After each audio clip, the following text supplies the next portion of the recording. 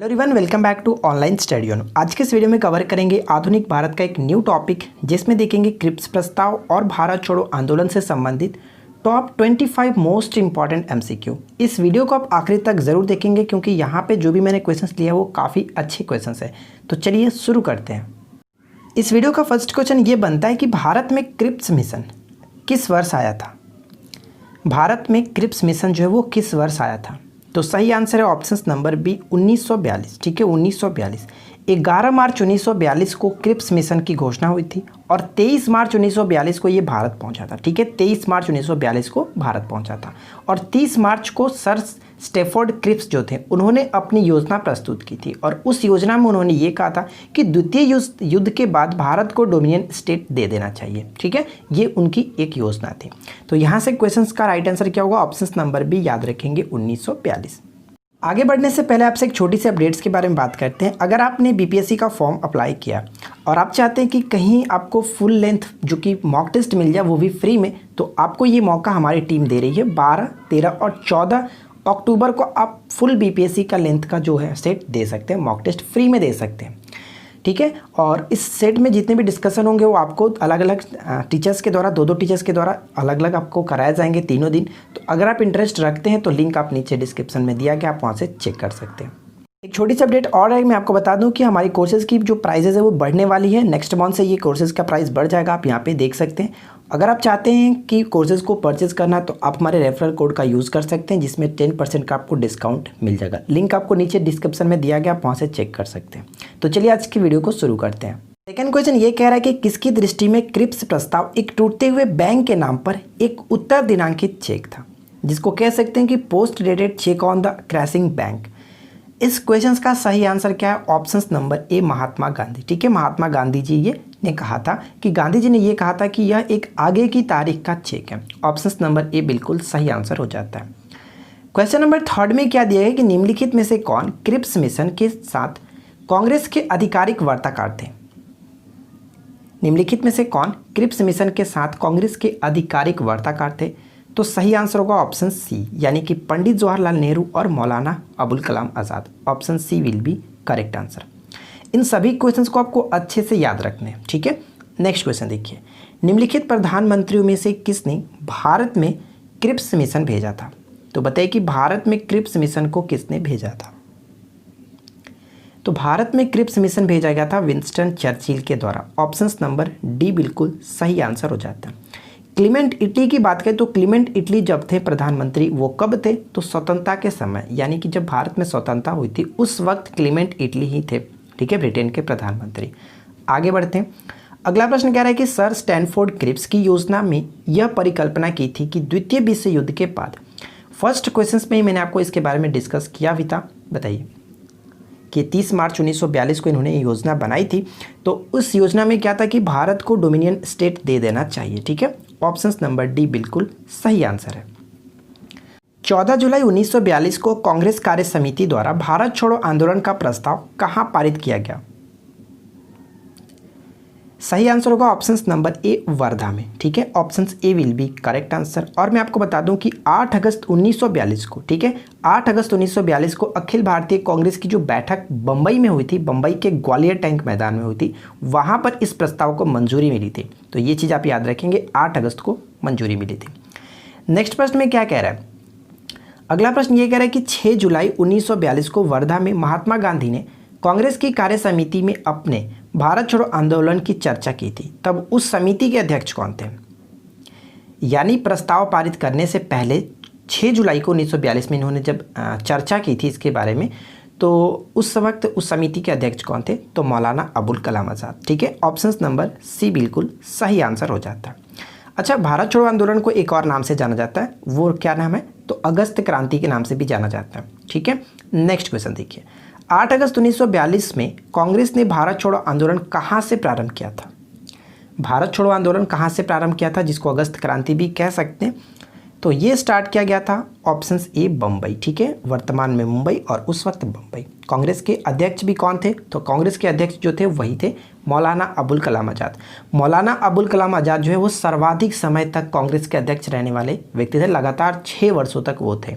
ठीक है, चलिए आगे देखते हैं, भारत छोड़ो आंदोलन किसकी प्रक्रिया में प्रारंभ किया गया था? भारत छोड़ो आंदोलन किसकी प्रक्रिया में प्रारंभ किया गया था? तो सही आंसर हो जाता है ऑप्शन नंबर बी, क्रिप्स प्रस्ताव। Option B will be correct answer. Next प्रश्न है कि निम्नलिखित में से किन पार्टियों ने भारत छोड़ो आंदोलन का समर्थन नहीं किया था? किन पार्टियों ने भारत छोड़ो आंदोलन का समर्थन नहीं किया था? तो इस क्वेश्चन का सही आंसर होगा ऑप्शन नंबर डी, उपयुक्त सभी ने। हिंदू महासभा ने, कम्युनिस्ट पार्टी ऑफ इंडिया ने भी नहीं किया था, और यूनिस्ट पार्टी ऑफ पंजाब ने, इन सभी ने मिलकर के जो कि समर्थन नहीं किया था। ऑप्शन नंबर डी बिल्कुल सही आंसर होगा। अगला प्रश्न में क्या कह रहा है कि यह कथन, हम भारत को या तो आज़ाद करेंगे या आज़ादी के प्रयास में द्विगंत होंगे, ये जो है किससे जुड़ा हुआ है? किसके संदर्भ में ये बात कही गई थी कि हम भारत को या तो आज़ाद करेंगे या फिर आज़ादी के प्रयास में द्विगंत हो जाएंगे? तो सही आंसर क्या होगा? ऑप्शन नंबर डी, ठीक है, यानी कि इनमें से कोई नहीं। और ये जो बात कही गई थी भारत छोड़ो आंदोलन के संबंध में कही गई थी, ठीक है। और करो या मरो का नारा भी इसी में दिया गया था महात्मा गांधी जी के द्वारा।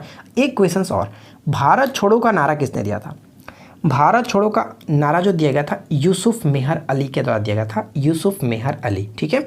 चलिए नेक्स्ट क्वेश्चन देखिए, अगला प्रश्न में क्या कह रहा है, निम्नलिखित कथनों में भारत छोड़ो आंदोलन प्रारंभ करने के पूर्व दिन महात्मा गांधी ने क्या कहा था?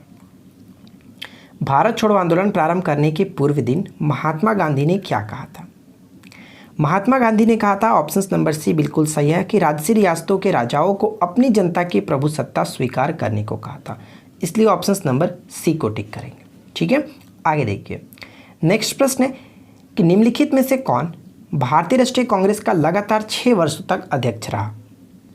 तो इस क्वेश्चन का सही आंसर हम किसे टिक करेंगे? ऑलरेडी हम लोगों ने ऊपर में इसके बारे में डिस्कस कर चुका है कि अबुल कलाम आज़ाद जो थे वो सर्वाधिक समय तक भारतीय राष्ट्रीय कांग्रेस के अध्यक्ष रहने वाले, भारतीय राष्ट्रीय कांग्रेस की अध्यक्षता इन्होंने की थी 6 वर्षों तक, ठीक है। 1940 से लेकर के 1945 तक इन्होंने अध्यक्षता की थी। आगे बढ़ते हैं, नेक्स्ट क्वेश्चन कह रहा है कि अमेरिकी पत्रकार जो महात्मा गांधी के भारत छोड़ो आंदोलन के दौरान उनके साथ थे, उनका नाम क्या? One of the most important questions. ये इसलिए इतना ज़्यादा इंपॉर्टेंट क्वेश्चन तो नहीं बनता है, लेकिन इससे रिगार्डिंग एक क्वेश्चन पूछ जाता है, और वो क्वेश्चन क्या है? ए वीक विथ गांधी, ठीक है, ए वीक विथ गांधी, एक सप्ताह गांधी जी के साथ। ये इस पुस्तक का जो लेखक थे वो थे Louis Fischer. Option number B बिल्कुल सही आंसर है, और ये पुस्तक इन्होंने इसी के संदर्भ में लिखा था, भारत छोड़ो आंदोलन के संदर्भ में, कि एक सप्ताह गांधी जी के साथ, ठीक है। आगे बढ़ते हैं, नेक्स्ट क्वेश्चन में क्या कह रहा है कि डॉक्टर राजेंद्र प्रसाद को 9 अगस्त 1942 को गिरफ्तार करके भेजा गया था। तो बताइए कि 9 अगस्त 1942 को गिरफ्तार करके भेजा गया। इस क्वेश्चन का सही आंसर क्या होगा? ऑप्शन नंबर डी, यानी कि बांकीपुर जेल, ठीक है, बांकीपुर जेल बिल्कुल सही आंसर हो जाता है। अच्छा, आपके लिए एक छोटा सा क्वेश्चन पूछता हूँ, नीचे कमेंट्स करके बताइएगा। अगस्त प्रस्ताव के समय, अगस्त प्रस्ताव नहीं, ये हम कह सकते हैं अगस्त क्रांति के बाद जो है वो अधिकतर कांग्रेसी नेता जो गिरफ्तार किए गए थे, तो उसमें कौन सा ऑपरेशन चलाया गया था, उस ऑपरेशन का नाम क्या था, ठीक है। तो नीचे कमेंट्स करके बताएगा कि उस ऑपरेशन का नाम क्या था। नेक्स्ट प्रश्न देखिए क्या कह रहा है कि निम्नलिखित नेताओं में से किसने भारत छोड़ो आंदोलन के दौरान जेल से फरार होकर भूमिगत गतिविधियों को संगठित किया था? और ये क्वेश्चन बहुत बार पूछा भी गया, तो राइट आंसर होगा option number C, Jayaprakash Narayan, ठीक है। ऑप्शन नंबर सी बिल्कुल करेक्ट आंसर हो जाता है। नेक्स्ट प्रश्न क्या कह रहा है कि जयप्रकाश नारायण को राष्ट्रीय स्तर के नेता के रूप में पहचान किस संदर्भ में मिली थी? तो सही आंसर है ऑप्शन नंबर डी, इनमें से कोई नहीं, यानी कि भारत छोड़ो आंदोलन, ठीक है। ऑप्शन डी बिल्कुल सही आंसर हो जाएगा। भारत छोड़ो आंदोलन के संदर्भ में इनको राष्ट्रीय स्तर का नेता का दर्जा जो कि मिला था। वर्ष 1939 में कांग्रेस को छोड़ने के पश्चात सुभाष चंद्र बोस ने किस दल की स्थापना की थी?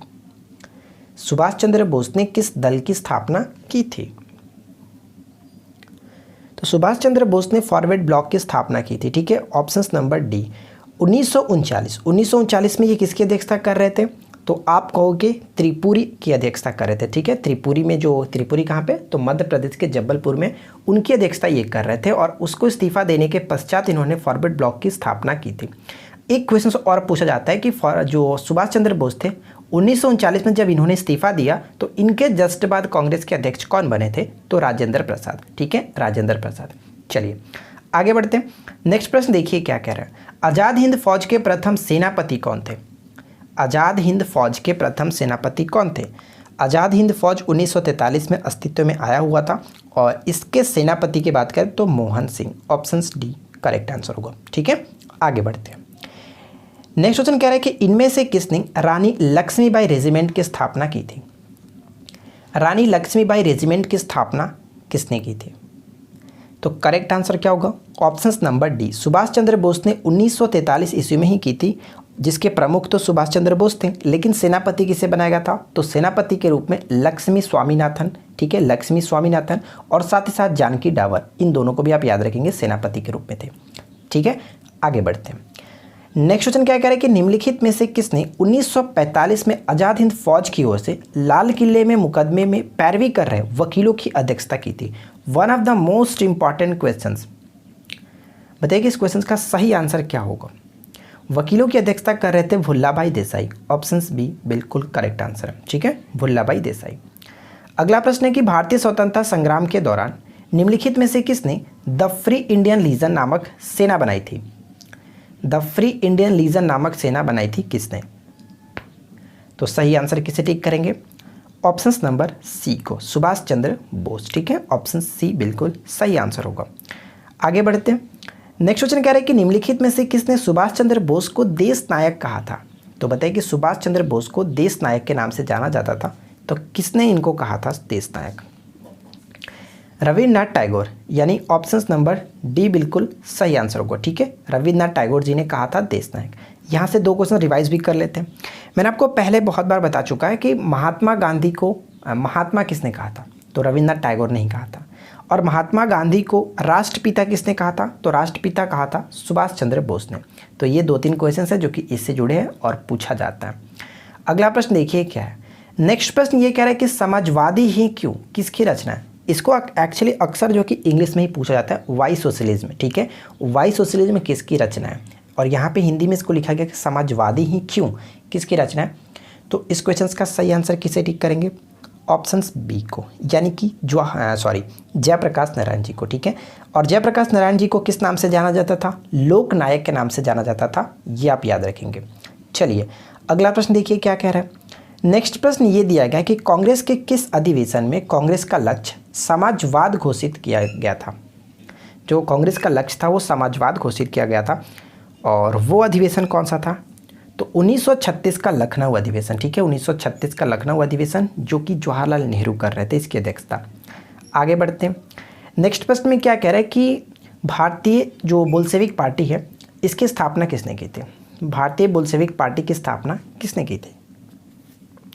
तो भारतीय बोल्शेविक पार्टी की स्थापना की गई थी एन दत्त मुजुमदार के द्वारा, इसलिए ऑप्शन नंबर यहाँ पे सी होगा ना, ऑप्शन नंबर सी को टिक करेंगे, एन दत्त मुजुमदार के द्वारा।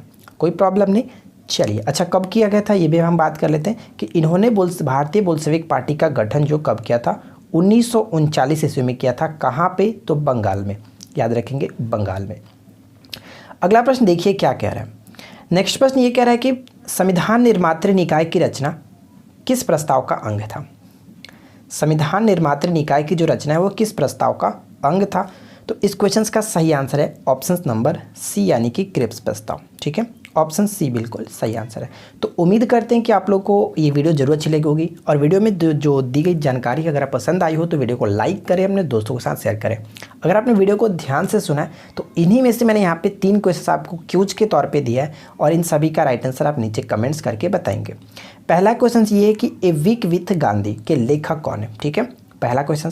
सेकेंड क्वेश्चन ये कि भारत छोड़ो नारा किसने दिया था? ऑलरेडी हम लोगों ने ऊपर में देखा था, भारत छोड़ो जो नारा है किसने दिया था, नीचे कमेंट्स करके बताएंगे। तुम मुझे खून दो मैं तुम्हें आज़ादी दूंगा, यह प्रसिद्ध नारा जो है वो किसका है? तो वीडियो पसंद आई हो तो वीडियो को लाइक करें, अपने दोस्तों के साथ शेयर करो। इसका PDF आपको टेलीग्राम ग्रुप पर प्रोवाइड कराया जाएगा। हम मिलते हैं आपके साथ नेक्स्ट वीडियो में किसी नए टॉपिक के साथ। Thanks for watching, keep learning, have a good day.